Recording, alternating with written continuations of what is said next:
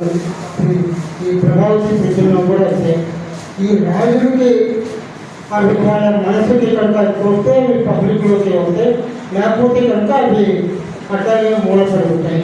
అటువంటి పరిస్థితుల్లో ఈ తాళపత్రాలుగా ఉన్నటువంటి ఈ గ్రంథాలన్నింటినీ కూడా సిపి బ్రహ్మ గారు మన మాతృభాష, ఆయన్ని మాతృభాష ఆంగ్లమైనప్పటికీ కూడా తెలుగు భాష మీద అభిమానాన్ని పెంచుకొని ఈ అనేక కార్యాలని ఆయన ముద్రించడము, వ్యాఖ్యానాలు కొంతమంది ప్రముఖ కవులు చేశారు, రాయించడము, ఇవన్నీ కూడా జరగబట్టే ఈ రోజున మనకి ఈ ప్రబంధాలని మనం చదువుకోగలుగుతున్నాం.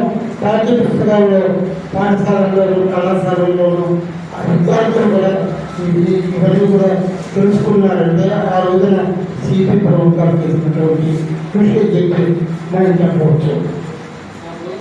ఇప్పుడు ఈ శతపత్రం ప్రభావితం ప్రజల్లో ఇప్పుడు ఈ కావ్యాలను రెండు రకాలుగా మనం దాన్ని కొంతమంది ఏం చేస్తారంటే ఈ పద్యాన్ని టీకా తాత్పర్యం ద్వారా పిల్లలు ఎక్కడిస్తారని రాశారు. కొంతమంది పూర్తి వచనంగా కూడా రాస్తారు. అయితే ఇక్కడ భేదం ఏంటంటే పూర్తి వచనంగా రాస్తే ఆ రచయిత యొక్క భావనలే అక్కడ ఎక్కువగా ఉంటే ఆయన స్థితి అక్కడ కనబడుతుంది. ఇప్పుడు పిల్లలు వెంకటేశ్వరరావు గారు ఈ విధంగా టీకా తాత్పర్యం ద్వారా రాస్తే ఒకవైపు పిల్లల స్థితులను కానీ రచనా శైలి, తర్వాత పిల్లలు వెంకటేశ్వరరావు గారి రచనా శైలి ఇవన్నీ కూడా మనకి వీటిలో కనపడటం అనేది పిల్లల వారిలో ఉన్న ప్రత్యేకత ఏమిటంటే వారితో పాటు నేను అనేక భూమ విజయాలు, ఇతర సభలు ఇలాంటి సభల్లో పాల్గొన్నాను. పిల్లల వారి ప్రత్యేకత ప్రాచీన సాహిత్యాన్ని ఆధునిక సాహిత్యానికి, అంటే ఆధునిక కాలానికి, సమాజానికి అన్వయం చేయడం. అది చాలా కష్టమైనటువంటి అంశం.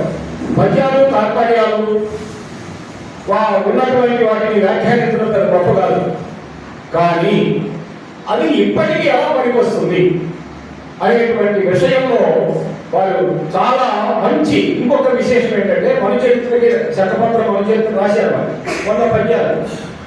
ఏ పద్యానికి ఆ పద్యానికి వదిలిపెట్టి ఇలా చేసిన పని ఏంటంటే అది నాకు కూడా స్ఫూర్తిగా నిలిచింది. 100 పద్యాలు తీసుకొని ఎక్కడ కథకు బలం కలగకుండా మొట్టమొదటిసారి శతపత్ర మనుచరిత్రం చదువుతున్నటువంటి వ్యక్తి మొత్తం మనుచరిత్రని చదివిన అనుభూతిని కలిగించడం అనేది ఆయన ప్రత్యేకత. నేను కోవిడ్ సమయంలో ఖాళీగా ఉండి అంతకుముందు జాషువా మీద అనేక ఉపన్యాసాలు రాశాను, లేకపోతే ప్రసంగాలు ఇచ్చాను.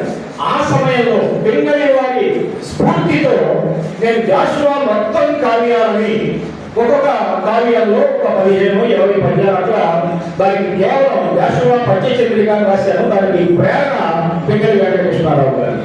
ఈనాటికి మనం మొత్తం చెప్తే వినేవాళ్ళు, చదివేవాళ్ళు లేదు.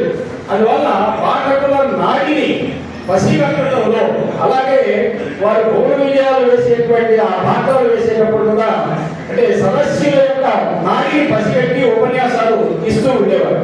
అందువల్ల వారు ఒక ప్రత్యేకమైనటువంటి వ్యక్తిత్వం. అలాగే పింగళి వంశంలో జన్మించారు కాబట్టి పింగళి చోరను రాసినటువంటి రచనల్ని, పింగళి వంశానికి సంబంధించిన ఇతర కవుల రచనల్ని వెలుగులోకి తేవాలి అని ఒక పెద్ద ఆరాటమైంది.